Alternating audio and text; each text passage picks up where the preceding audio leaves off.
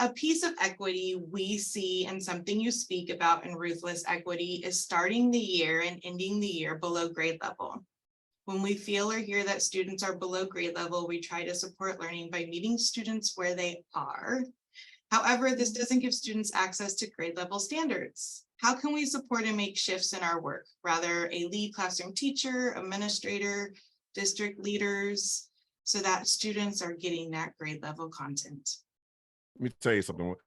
When that coach has those 5 fundamentals that he or she decides every kid's going to walk out with, even when kids come in with hands like feet, never touched the ball before, hands like feet, you know what I mean? Like no coordination. That coach meets that kid where he is, one eye on the kid, one eye on grade level or better. That's the difference. See, we got caught up with this value growth, what's it called? Growth, value added growth. Like, here's how I describe it. I call it the just grow some syndrome. I got a video on that too. And it's when we meet little Timmy where he is working below grade level, and we just hope he grows some. If he grows 2 points, that's good, because it's better than where he started, right? And that's what we do.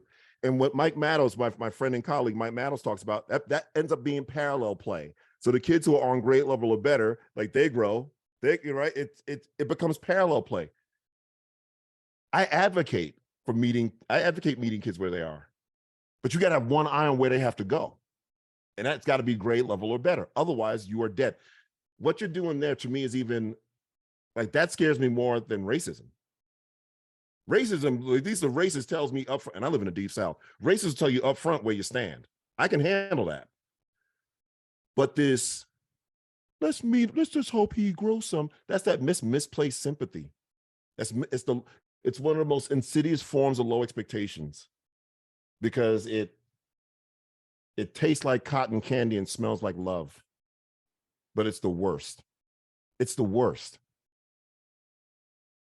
I'm betting, like, we have an hour budgeted for this podcast, right? But there's enough content in Ruthless Equity for us to talk for 4 hours. But you narrowed down the most important questions you wanted to ask in an hour. Make sense? Mm-hmm. You didn't just go through and say, well, here's a question we have on page 1. Well, then we got a question on page 19. And here's what on page 39. You're just not going through. You went through and you identified the most essential topics that you wanted to cover in this hour. So you got one eye on what you want to cover and one eye on an hour. And you chose the most essential. When we meet kids where they are and we don't have one eye on where they have to go, then we're just happy with growth. But you know what?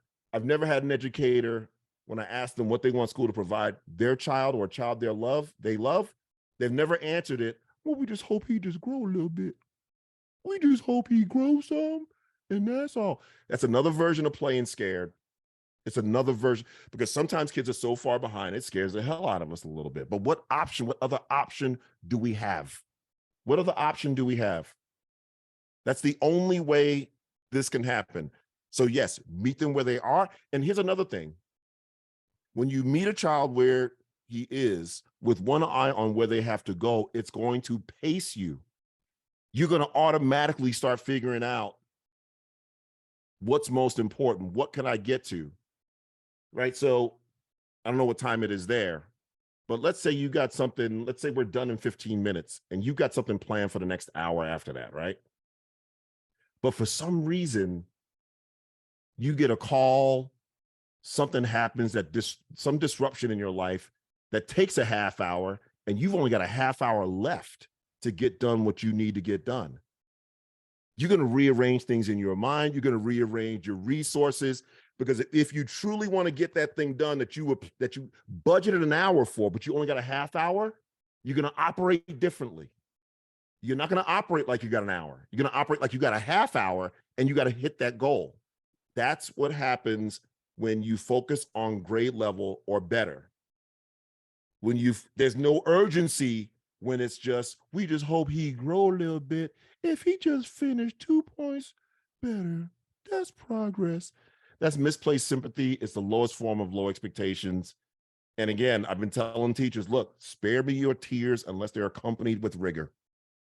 I don't want to hear about all the hungry kids. Get them some damn biscuits, feed them, and let's go. I don't want to hear your tears and then you talking about, lovingly dumbing it down for them. That doesn't serve them. You're making them victims. You're creating victims. And that's the worst. And that's why I say, hey, look, I'd rather take the racist who tells me up front, I don't think people who look like you can learn. Hey, at least I'm clear on where you stand. What we're more in danger of are the folks who are well-intentioned, but their hearts break in the wrong way for kids. You know what I mean? That doesn't serve kids. Anthony Muhammad, my great friend, colleague, and mentor, he states all the time, public education was created as a means, as a way out of poverty. Like that's, and now in 2023, we're using poverty as a reason to not educate kids. It blows my mind. And I think a lot of it is rooted in fear. I think it's rooted in fear because there's a going for itness to this work. There's a going for itness to this work.